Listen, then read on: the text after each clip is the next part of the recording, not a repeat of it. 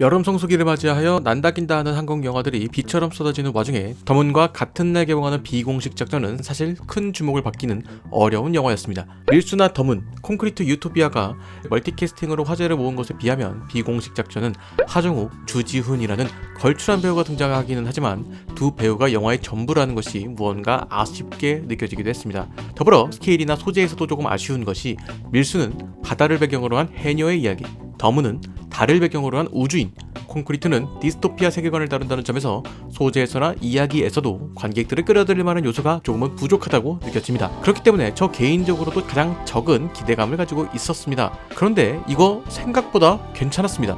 오히려 이전에 봤던 밀수보다 더 괜찮았다라는 생각이 들더라고요. 자, 우선 이 영화를 연출한 김성훈 감독은 끝까지 간다, 터널, 킹덤 등을 연출하며 나름 상업영화, 드라마계에서 성공적인 커리어를 이어가고 있는 감독입니다. 이번 영화는 그 중에서도 터널과 비슷한 영화라고 볼 수가 있습니다. 소수의 인물을 주인공으로 하여 그 인물을 중심으로 한 여러 이야기를 보여주는 방식이죠.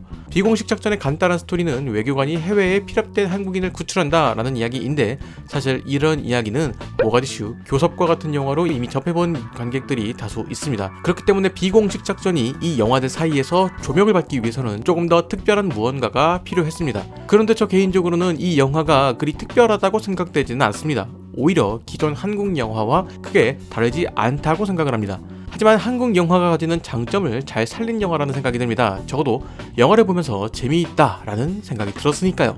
자, 이 영화의 가장 특징적인 부분이라면 바로 평범함을 강조했다라는 것입니다. 대체로 이런 영화는 주인공이 초인적인 힘을 발휘하는 등 어쩌면 히어로처럼 그려지도록 설정을 하는 경우가 종종 있는데, 비공식 작전은 그렇지 않았습니다.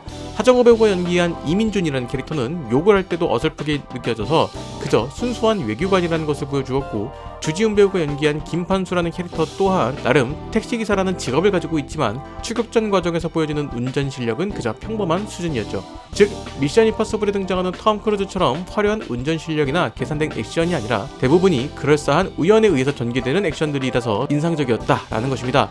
저 개인적으로는 이런 영화의 스탠스가 생각보다 흥미롭게 다가왔습니다. 이 영화를 보다 보면 평범한 사람을 구하려는 평범한 사람들과 그들을 돕는 평범한 사람들의 이야기라는 것이 느껴지는데, 그것을 잘 보여주는 영화라는 생각이 듭니다. 어쩌면 이 영화는 상당히 뻔한 구조를 가지고 있습니다. 그렇지만 영화 자체는 충분히 볼만합니다. 오히려 여름 성수기에 편안하게 볼만한 코믹 액션이라는 장점이 있습니다. 무엇보다 여름 성수기에 가장 중요한 호불호가 크게 갈리지 않을 영화라는 것이죠. 물론 그만큼 큰 성취도 없을 겁니다. 편안하고 즐겁게 볼 수 있는 영화 정도라는 것이죠.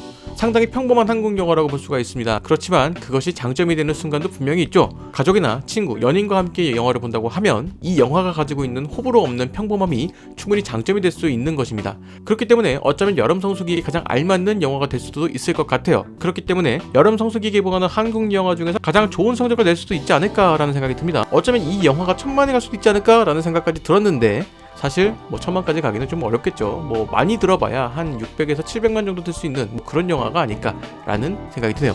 여러분들은 비공식 작전 어떻게 생각하시나요?